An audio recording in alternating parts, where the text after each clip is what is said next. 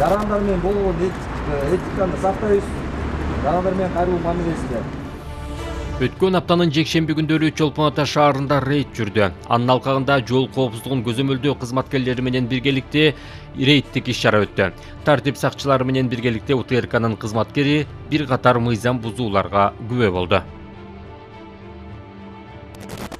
Чыгарылышты унаа башкарган бейбаш жана баш ийбеген айдоочулардын жосунсуз жоруктарын чагылдыруу менен улантабыз. Патрулдук милиция кызматкерлери менен биргеликте өткөрүлгөн рейдтик иш-чара учурунда Ысык көл районунда жайгашкан Карабой көчөсүнүн кесилишинде жол эрежесин бузуу аныкталып, автоунаа токтотулган. Көрүнүп тургандай, жаш жигиттин башкаруусундагы автоунаанын документтери жок болгону аныкталды. Мыйзам бузган жаран өз күнөөсүн мойнуна албай, жакындарына чалып суудан кургак чыкканга аракет кылды. Жыйынтыгында тиешелүү документтери жок болгондуктан ага карата протокол толтурулуп, автоунаасы айып короосуна киргизилди.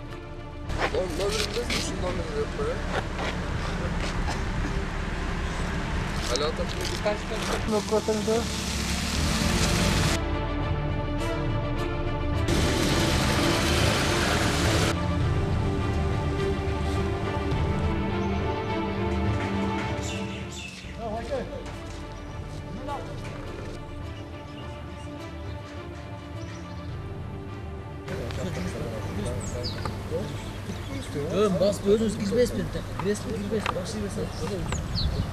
Кірбеспен, кірбеспен. Оға ешпейлі, соқты соңын. Александр, балансынан бейнен. Жоқ, атына айтыңыз балансынан.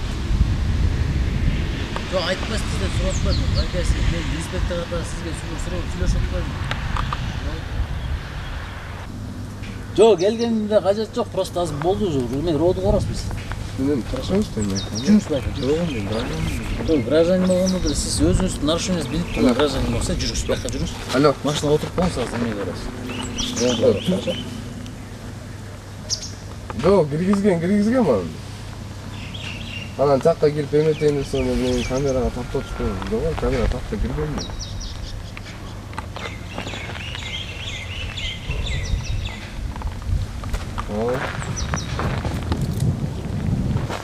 Өзіңіздер көргенде эле бул айдоочу өзүнө таандык эмес башка айдоочулук көлүк менен ушул автоунааны башкарып жүргөн. Биз тоскон учурда бизге бул көлүк менен айдоочулук көлүк менен ошондой эле автоунааны катталган тууралуу көлүктү бизге өзүнүн көлүгүн катары деп бизге берген. Биз өзүнүн көлүгү эмес экенин аныкталган учурда ошондой эле машинаны айыппул короого токтоттук. Азыр өздүгүн тастыктоо үчүн жакынкы райондук ички иштер башкармаларына барып, ошол жерден өздүгүн тактап, ошондой эле кийинки чараларды көрөбүз. Көрүп турганыңыздардай, бул кара түстөгү Honda CR-V үлгүсүндөгү унаа туурасында айта турган болсок, аталган автоунаанын ээсинин айдоочулук күбөлүгү жок болуп чыкты. Документи жок айдоочуга чаралар көрүлгөнү менен алар жоопкерчиликке көп маани бербей келишет. Күбөлүгү жок айдоочуга тийиштүү протокол толтурулуп, унаа айып короого киргизилди. Пожалуйста. Вот видите, силу применяет.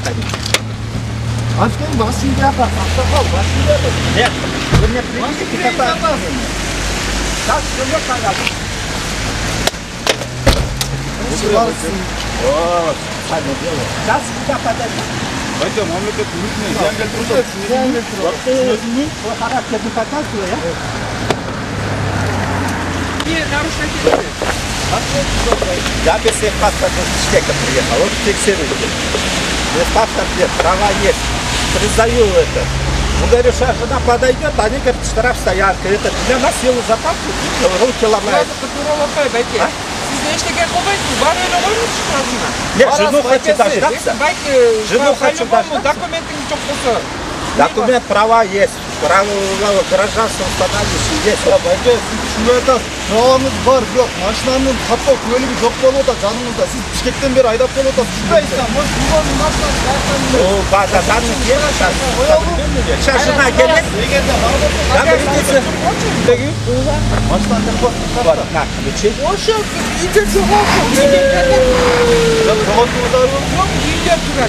Жоқ, үйде азыр жаныңыздарда жоқ та тұрау. Данный момент біздің машинаны тоқтатқан учурда байк айтты. мен таба албай атам документимди. Ошо не үйдө жатат, үйдө. Мыйзам негизинде машина стоянка коюш керек. Не дош айтып. Байка башы кесип болот, бизге жарым сааттан берчи. Ошо үйдө. Мен чөтү Азыр эжеке мындай кылабыз, мына. Аялым чечет, биздин үйдө аял башкарат дейди, байкачы. Да, аял Аял башкарат дедичи. Азыр байкени мен чыгып алган же чек алган деп билмей машина алып барам. Өткөрөм байкалан экологиядан таза болот турган машинасын алып барып стоянкага коем, без документ боюнча. Документин таап берсеңиз 300 сом төлөп чыгып бериңиз. Ошо. Жүрүңүз.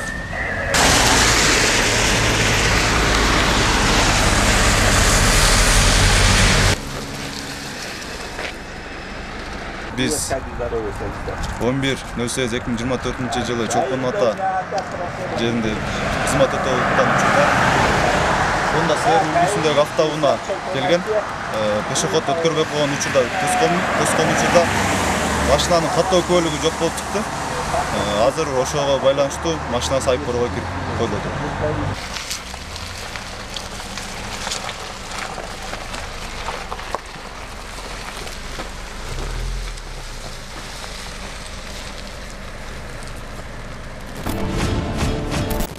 Үстүбүздөгү жылдын 7-августунда саат 2 чамасында Карабалта шаарынан Турар Кожомбердиев көчөсүнүн номер 88-үйүндө Бакай айлана ишканасынын түштүк тарабында адамдын өмүрүнө кол салуу болду. Анда Карабалта шаарынын тургунун 1976 жылы туулган Панфилов районунун тургуну Өмүралиев Акылбек ортодогу пикир келишпестиктен улам бычак менен ичке сайып жиберген. Натыйжада жабырлануучу Жайыл районунун аймактык ооруканасына жеткирилген.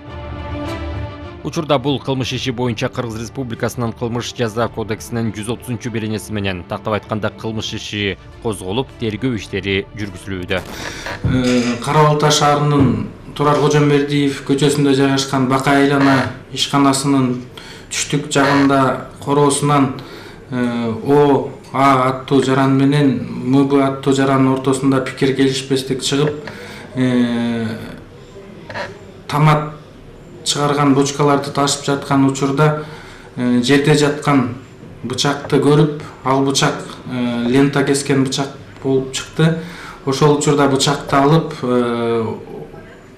ОА аттуу жаран МБ аттуу жаранды иш жагына сайып жиберген. Аталган жаракаттан улам жабырлануучу аймактык ооруканага барып жыгылып өзү жаракат алганын билдирген.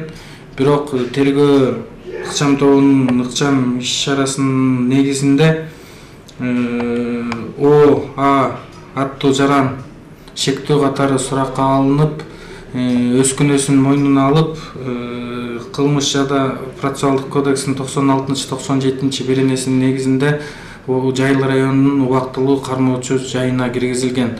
Азыркы учурда жабырлануучу БМ аттуу жаран Жайыл районунун аймактык ооруканасынын жандандыруу бөлүмүндө дарыланып жатат.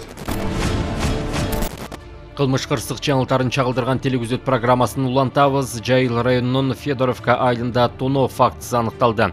Анда 2000 жылы туулган өзүн Виталий Юрьевич деп тааныштырган жаран арыз менен кайрылган. Анын дүкөнүнөн 2002 жылы туулган Кудашев Данил аттуу жаран экөөнүн ортосунда пикир келишпестик жаралып, дүкөн ээсин уруп, анын iPhone 7 үлгүсүндөгү уюлдук телефонун жана банк карталарын алып кеткен. Ыкчам издөө иш-чараларынын алкагында кылмышка тиешеси бар жаран кармалып, учурда убактылуу кармоочу жайга киргизилген.